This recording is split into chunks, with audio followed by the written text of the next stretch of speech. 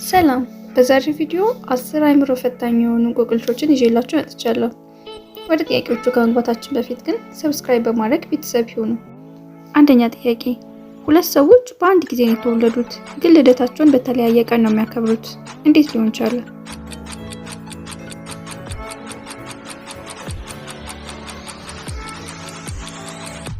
የተለያየ ሀገር ሰዎች ናቸው፣ ስለዚህ የሰዓት ልዩነት ይኖረዋል። አንዱ ዛሬ ካከበረ ሌላኛው በነጋታው ያከብራል። ሁለተኛ ጥያቄ፣ ሳጅን አበበ ኪችን ውስጥ ምሳ እየበላ ነበረ። ድንገት ከጎረቤት ጩኸት ይሰማል። ሄዶም ሲያይ በሩ ተከፍቷል። ወደ ውስጥ ሲገባ ጎረቤቱ መሬት ላይ ወድቆ ራሱን ስቶ አየው። በቦታው የነበረው ዶክተርም ሳጅንን ሲያዩ ማስረዳት ጀመረ። ከደረጃ ላይ ወድቆ ራሱን ስቶ ነው፣ ወደ ሆስፒታል ልወስደው ነው። ይህን ሲሰማ ሳጅን ጊዜ አላጠፋም። ወዲያው አምቡላንስ ደወለና ዶክተሩን አሰረው። ለምን?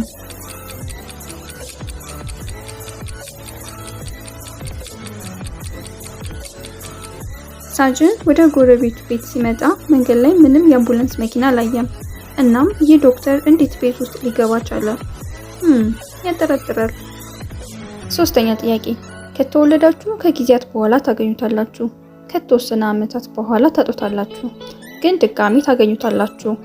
ግን በተለየ ቅርጽ ነው የሚሆነው። ከብዙ ዓመት በኋላ ድጋሚ ታጡታላችሁ። ምንድን ነው?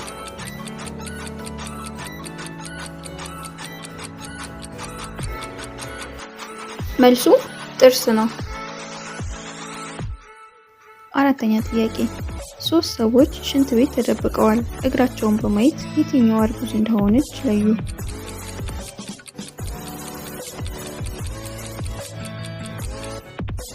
ያልታሰረ ጫማ ያደረገችው ነው። አብዛኛው ጊዜ አጎንብሶ ጫማ ማሰር ለእርጉዞች በጣም አስቸጋሪ ነው። አምስተኛ ጥያቄ፣ አንድ ወንጀለኛ ሁለት ሴቶችን ያፍናል። አሁን ደግሞ ሶስተኛዋን ሴት አግቷል። ይህ ወንጀለኛ ሶስቱንም ሴቶች ጉድጓድ ውስጥ ጥሏቸዋል። ሶስቱም ሴቶች ከጉድጓድ ለመውጣት ወሰኑ።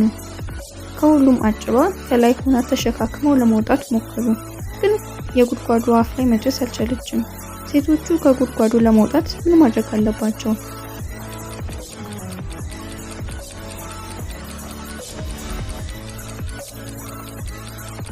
ከሁሉም ረጅሟ ሴት ከላይ መሆን አለባት፣ ምክንያቱም ረጅም እጅ ስለሚኖራት መሬቱን መንካት ትችላለች። ስድስተኛ ጥያቄ፣ በክረምት ጊዜ ጫካ ውስጥ ጠፋችሁ፣ ድንገት ግን አንድ ቤት አገኛችሁ። ውስጡም ጨለማና ቀዝቃዛ ነው። አንድ ሻማና እንጨት ብቻ ነው ያለው። ክብሪታችሁን ስታዩ አንድ እንጨት ብቻ ነው የቀራችሁ። የትኛውን ቀድማችሁ ታበራላችሁ?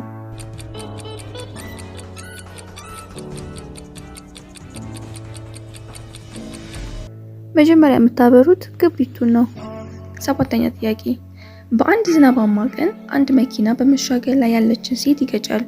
ግን ልጅቷ ብዙም ስላልተጎዳች ለፖሊስ አረንጓዴ መኪና መሆኑን አስታውሳ ነገረች። አደጋው የተፈጠረው በትንሽ ከተማ ውስጥ ስለነበር ፖሊሱ ወዲያው በከተማው ያሉትን 3 መኪኖችን ጠረጠረ። እናም ሶስቱንም ሾፌሮች አደጋው የተፈጠረ ጊዜ የት እንደነበሩ ጠየቃቸው። ጆን እህቴ ኮንሰርት ስለነበራት እሷን ላወደርስ ሄጄ ነበረ እና እስክትጨርስ ጠብቂያት ነው የተመለስነው አለ። አንጅላ ቤት ውስጥ ቢዚ ነበርኩ፣ መኪናዬን ሳጥብ፣ አትክልት ኮተኮት ነበር አለች። ቤሊ ታመሜ ነበር እና ሙሉ ቀን ትኩስ ሻይ እየጠጣው አልጋ ላይ ነበርኩ አለ። ፖሊሱ ወዲያው ማን እየዋሸ እንደሆነ አወቀ። ማን ይመስላችኋል?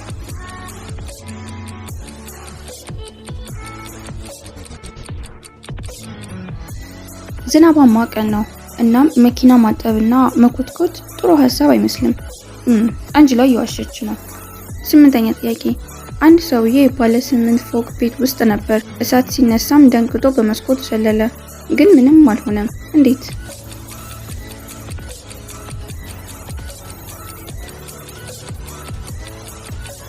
ሰውየው የዘለለው ከመጀመሪያ ወለል ነበር። 9ኛ ጥያቄ፣ ሁለት ሰዎች በወንዝ ዳርቻ ቆመዋል። ሁለቱም ወደ ተቃራኒ መሻገር ይፈልጋሉ፣ ግን ጀልባው አንድ ሰው ብቻ ነው በአንድ ጊዜ መሸከም የሚችለው። ግን ሁለቱም ወንዙን ተሻገሩት። እንዴት?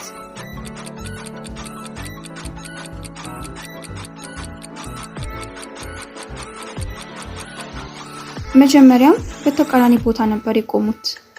10ኛ ጥያቄ፣ አንድ ከተማ ጥብቅ ሕግ አለው። በከተማው የሚኖሩ ወንዶች ሁሉ ጺማቸውን መቆረጥ አለባቸው። ግን ማንም ወንድ ራሱን በራሱ እንዲቆርጥ አይፈቀድለትም። የሁሉንም ጺም የሚቆርጠው ባለ 40 ዓመት ፀጉር ቆራጭ ነው። ግን ታዲያ ፀጉር ቆራጩንስ ማን ይቆርጠዋል?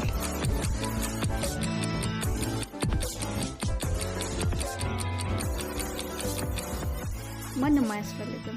ፀጉር ቆራጯ ሴት ናት።